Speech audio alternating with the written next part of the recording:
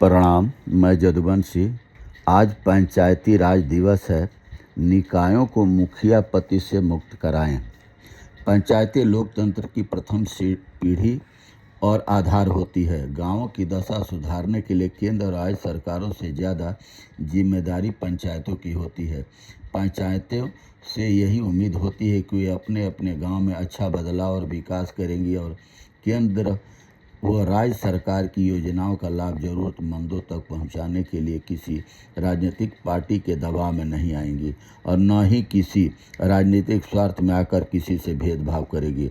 वर्तमान में सरपंच पति या मुखिया पति जैसी समस्या पंचायती राज को कुख्यात बना रखी है।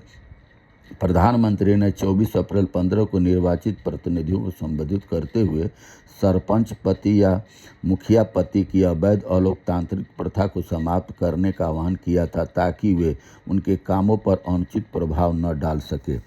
इसे साकार करने की ज़रूरत है। महात्मा गांधी ने राष्ट्र को मजबूत बनाने के लिए गांवों को मजबूत बनाने पर बल दिया था। गांधी जी के अनुसार असली भारत गांवों में बसता है और उनके अनुसार गांवों के कल्याण के बिना देश का कल्याण अधूरा है। इस बात में कोई दो राय नहीं कि हर राजनीतिक पार्टी की सरकार ने गांवों के विकास के लिए गंभीरता नहीं दिखाई। आज भी हमारे देश में बहुत से ऐसे गांव हैं जो पीने के पानी से वंचित हैं। आज भी बहुत से गांव ऐसे हैं जिनसे स्कूल काफ़ी दूर है। स्कूल दूर होने के कारण लोग अपनी बेटियों को पढ़ाने से कतराते हैं।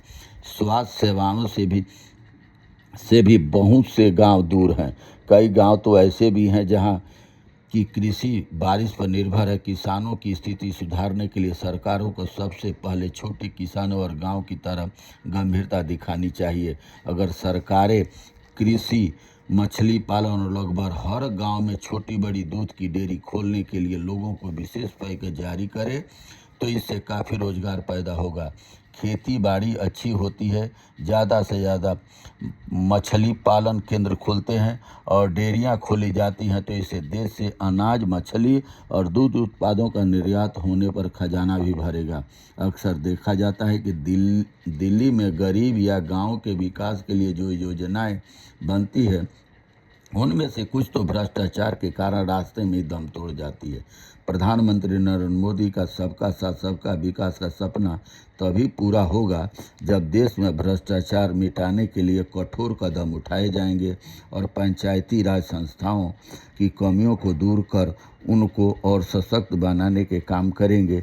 मगर यहाँ तो जितने भी भ्रष्टाचारी हैं उनको भाजपा ज्वाइन कर लेते हैं तो वो दूध के धुले हो जाते हैं। जैसे 70,000 करोड़ की कैग की रिपोर्ट पकड़ी हुई है बिहार का नीतीश कुमार के राज्य में, उसका कोई जवाब नहीं है। 69,000 शिक्षकों की भर्ती में हाई कोर्ट ने फैसला दिया, 20,000 पिछड़े दलितों के उनके साथ न्याय नहीं हुआ।